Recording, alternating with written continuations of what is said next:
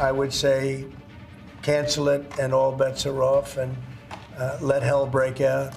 I'd say they ought to be returned by 12 o'clock on Saturday, and if they're not returned, all of them, not in drips and drabs, not 2 and 1 and 3 and 4 and 2. America में राष्ट्रपति चुनाव जीतने के बाद दिसंबर 2024 में Donald Trump ने ऐलान कर दिया था कि अगर 20 जनवरी 2025 तक हमास ने इजरायली बंधकों को रिहा नहीं किया तो वो गाजा में नर्क की तबाही ला देंगे। और उनके इस ऐलान के बाद इजरायल और हमास के बीच युद्ध विराम और बंधकों की रिहाई के समझौते की बात आगे बढ़ गई थी।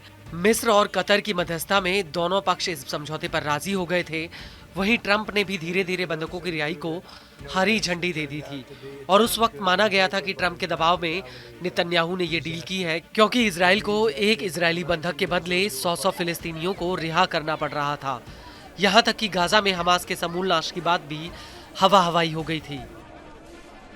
लेकिन हमास ने कह दिया है कि वो अगली सूचना तक इजरायली बंधकों की रिहाई को रोक रहा है और हमास के इस ऐलान के बाद राष्ट्रपति डोनाल्ड ट्रंप बुरी तरह से भड़क गए हैं और ट्रंप ने एक बार फिर से हमास को अल्टीमेटम दिया है। दरअसल ट्रंप ने कहा है कि हमास ने 15 फरवरी 2025 की दोपहर तक अगर सभी इजरायली बंधकों को रिहा नहीं किया तो वो गाजा में नर्क की तबाही ला देंगे। ट्रंप का कहना है कि शनिवार दोपहर 12 बजे तक अगर बंधकों की रिहाई नहीं हुई तो गाजा में नर्क की तबाही आ जाएगी। Well, I would say this, and I'm going to let that be because that's Israel's decision, but as far as I'm concerned, if all of the hostages aren't returned by Saturday at 12 o'clock, I think it's an appropriate time. I would say cancel it and all bets are off and let hell break out. I'd say they ought to be returned by 12 o'clock on Saturday, and if they're not returned, all of them, not in drips and drabs, not 2 and 1 and 3 and 4 and 2. Saturday at 12 o'clock, and after that, I would say all hell is going to break out. And I don't think they're going to do it. I think a lot of them are dead. I think a lot of the hostages are dead. I think it's a great human tragedy what's happened, how people can be that mean to do. आपको बता दें कि इससे पहले Trump ने खुद ही बंधकों की किश्तों में रिहाई वाले समझौते को हरी झंडी दी थी, लेकिन इस बार ट्रंप ने कह दिया है कि वो धीरे धीरे बंधकों की रिहाई नहीं चाहते, बल्कि एक बार में सभी बंधकों को रिहा किया जाना चाहिए।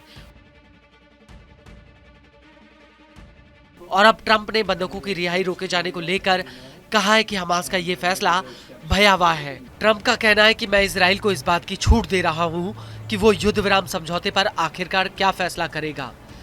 ट्रंप का ये भी कहना है कि अगर तय समय पर हमास ने सभी बंधकों को नहीं छोड़ा तो यह युद्ध विराम समझौते को रद्द करने का सही समय होगा। हालांकि ट्रंप ने यह साफ नहीं किया कि अगर हमास डेडलाइन पर बंधकों को रिहा नहीं करता है तो वो क्या एक्शन लेंगे, लेकिन ट्रंप ने यह जरूर कहा दिया कि आपको पता चल जाएगा, उन्हें पता चल जाएगा और हमास को भी इस बात का पता चल जाएगा कि मेरा मतलब क्या था। वहीं दूसरी तरफ हमास, इजराइल और अरब के अधिकारी पहले ही इस बात की चेतावनी दे चुके हैं कि युद्ध विराम समझौता टूटने की कगार पर पहुंच चुका है और हमास का आरोप है कि ट्रंप का इसमें हस्तक्षेप करने से ये आग और भड़क सकती है, जो ये दिखाता है कि अब अमेरिका इस डील को आगे जारी नहीं रखना चाहता।